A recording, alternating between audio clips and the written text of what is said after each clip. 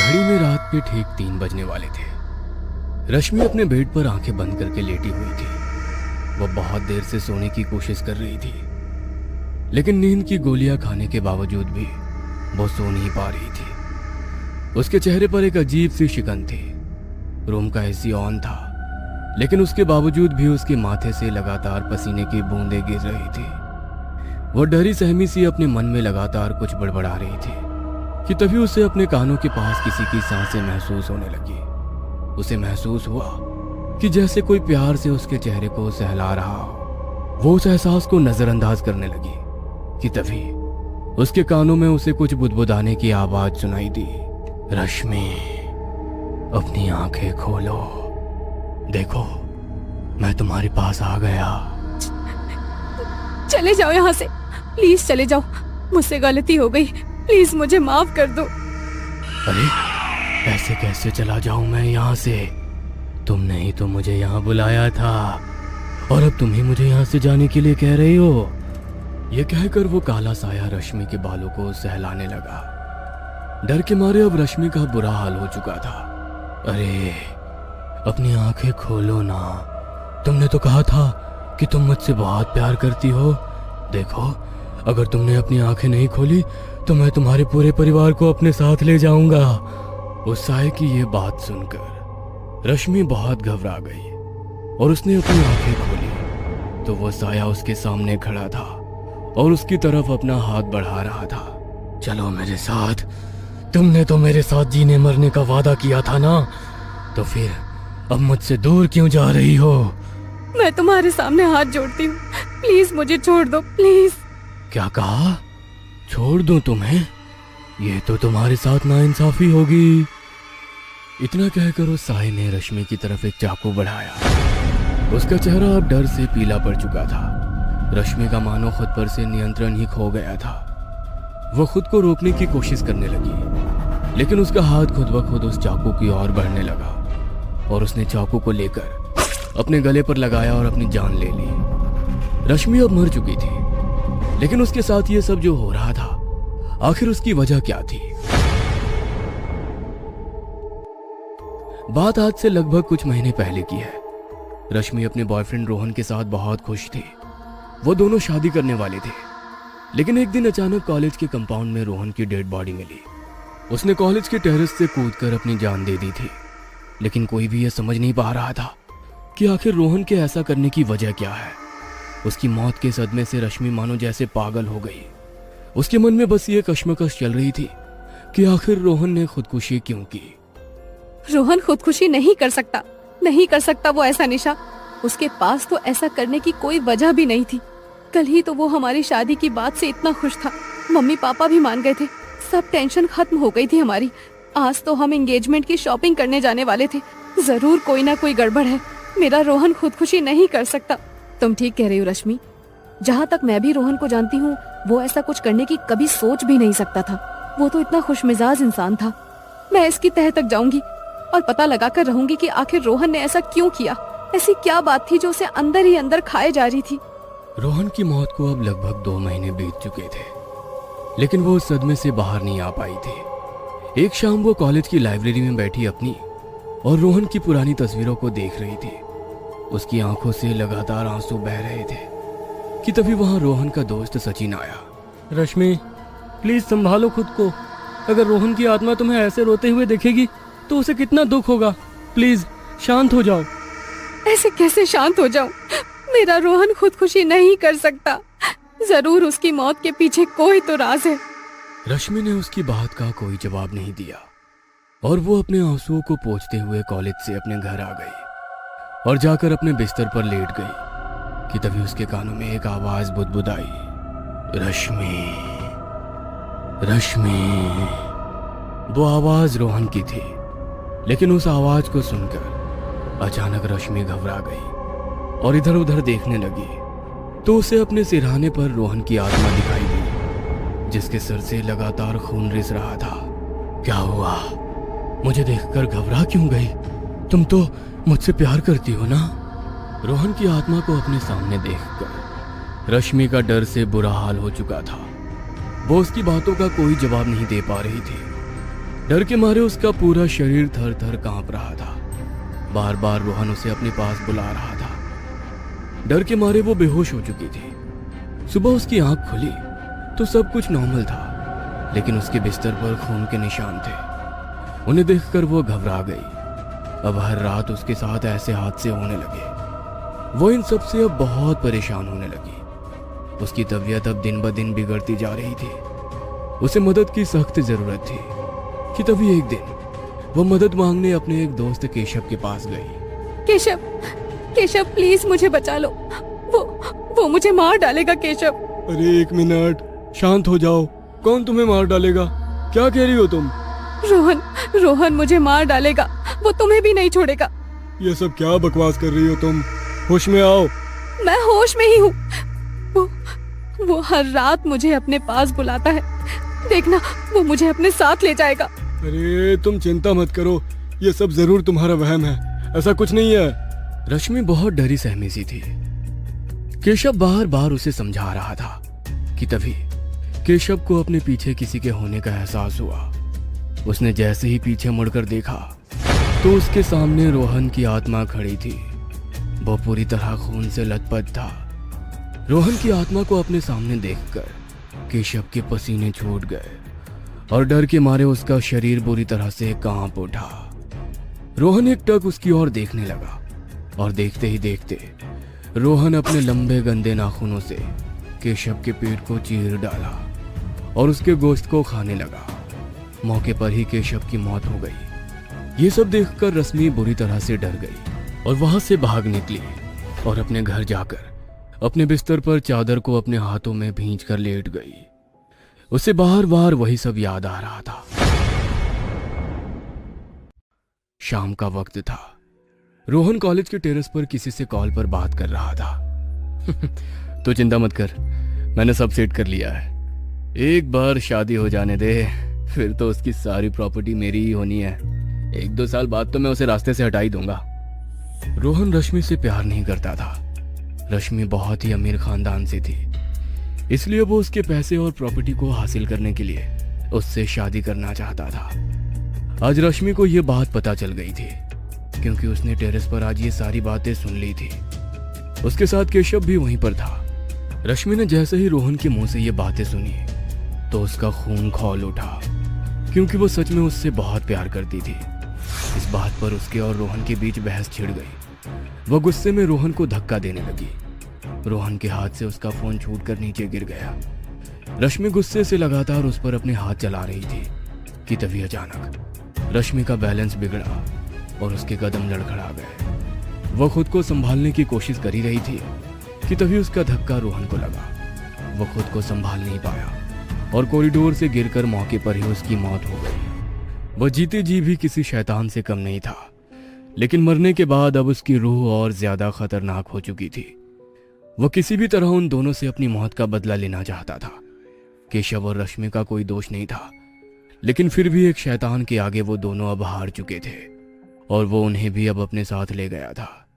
एक शैतान के गुनाहों की सजा आज 2 मासूमों को भुगतनी पड़ी थी।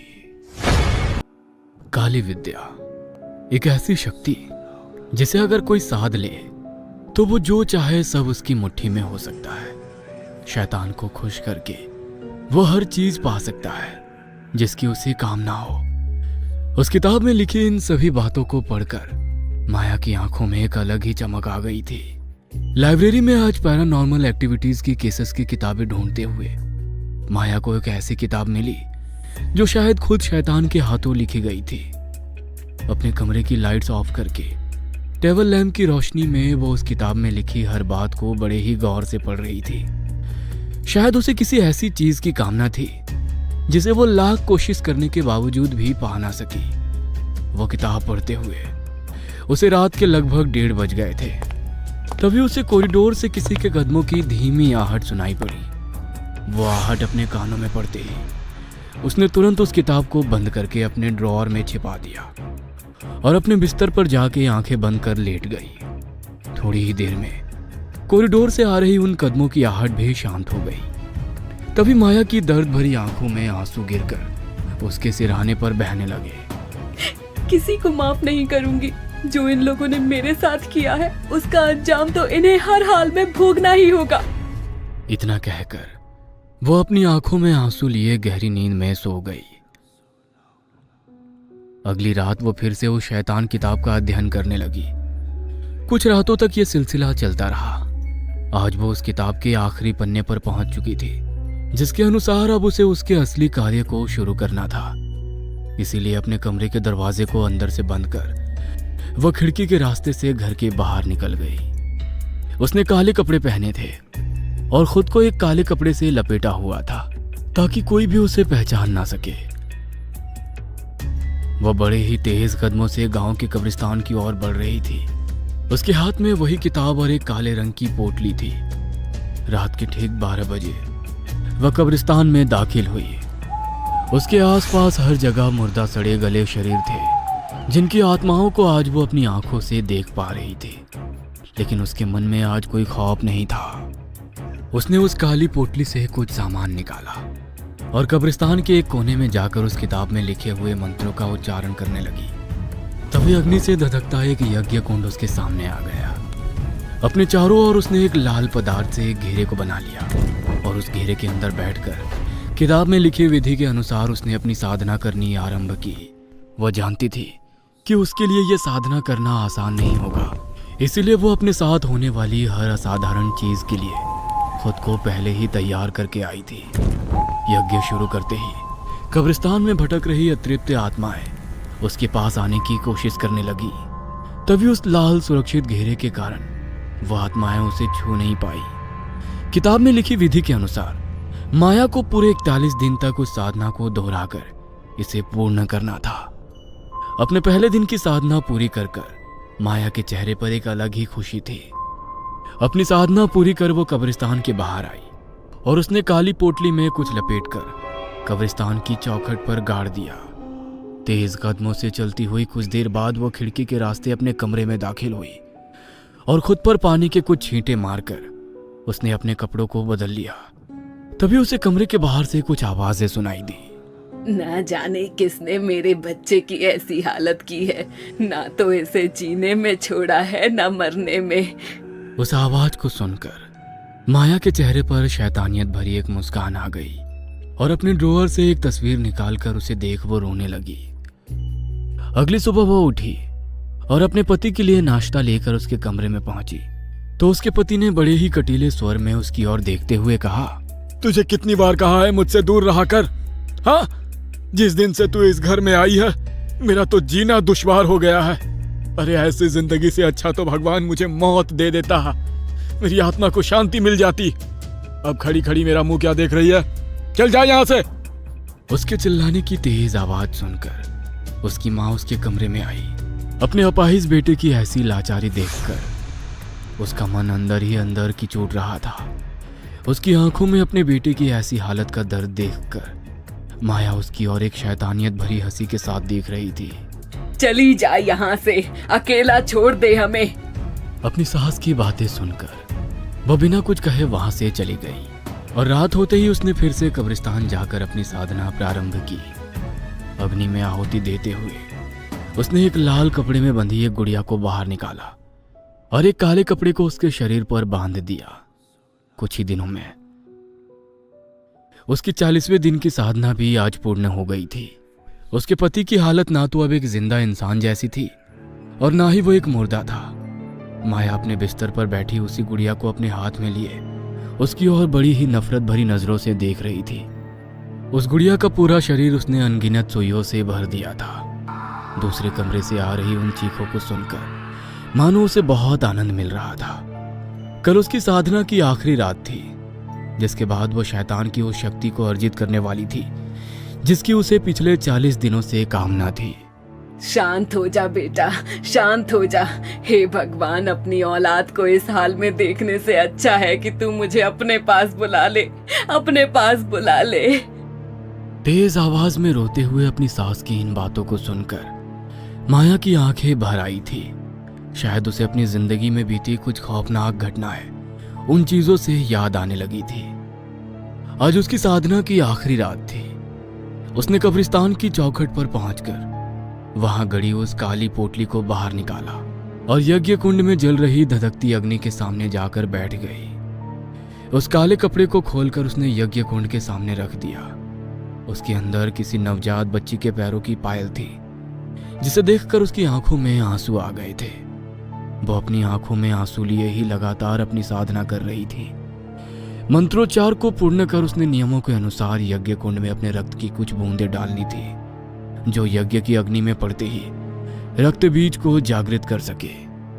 वही शैतान जो आज उसकी सभी मनोकामनाओं को पूर्ण करने वाला था, नियमों के अनुसार उसने अपनी हथेली को काटकर अपने रक्त को यज्ञ कुंड की अग्नि में प्रवाहित कर दिया। तभी उसकी आंखों के सामने उसे एक बेहद विशाल काली परछाई दिखाई दी, जिसकी लाल भयानक आंखें रात के उस अंधेरे में चमक रही थी।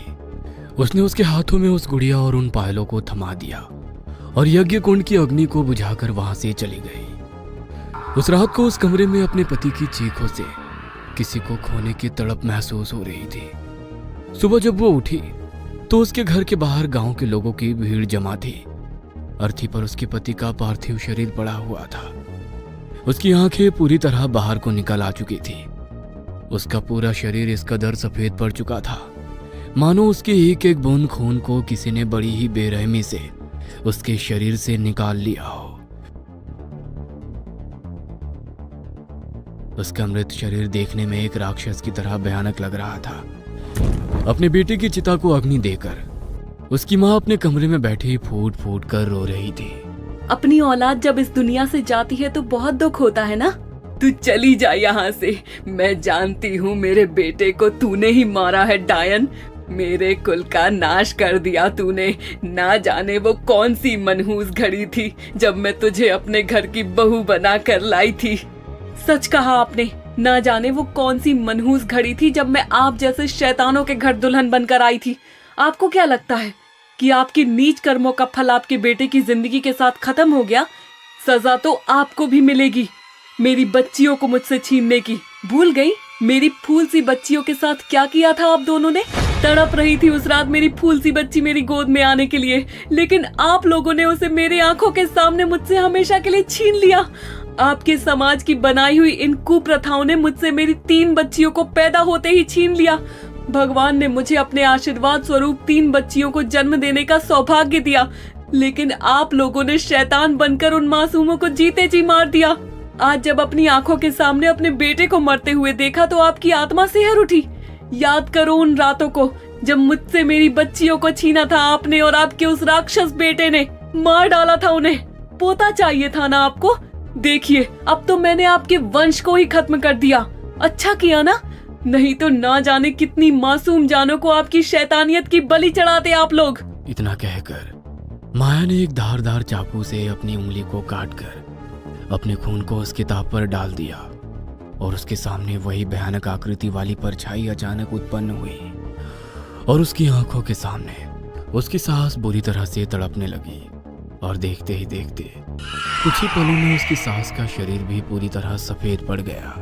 ठीक उसी तरह उसके शरीर के खून की एक एक बूंद भी सूख गई, जैसे उसके बेटे के शरीर के खून को किसी ने चूस लिया था। माया ने रक्त बीज को सिद्ध कर अपनी कामनाओं की पूर्ति के लिए अपनी ही आत्मा का सौदा किया था, क्योंकि वो तो पहले ही अपना सब कुछ खो चुकी थी। अपनी बच्चियों को खोने के बाद वो एक जिंदा लाश बन चुकी थी, लेकिन इस दुनिया को छोड़कर जाने से पहले वो अपनी बच्चियों के गुनहगारों को उनकी सजा देना चाहती थी। उससे उसकी खोई हुई बच्चियां अब वापस तो नहीं आ सकती थी, लेकिन ऐसा करके उसने आगे होने वाली पीढ़ी पर होने वाली इस शैतानियत को यहीं खत्म कर दिया था। रक्तबीज से किए गए उस सौदे के अनुसार उसने अपनी बच्चियों की तस्वीरों को आखिरी बार अपने सीने से लगाकर अपनी आत्मा को उसे सौंप दिया और हमेशा हमेशा के लिए इस दुनिया से चली गई।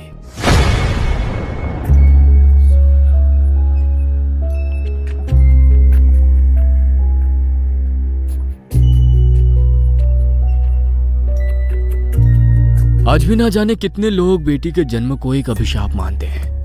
बेटी को अभिशाप समझने वाले लोग कभी सुख के भागी नहीं बन सकते हैं। जो भी व्यक्ति बेटी को एक अभिशाप समझता है वह हर जीवन में नर्क का भागी है।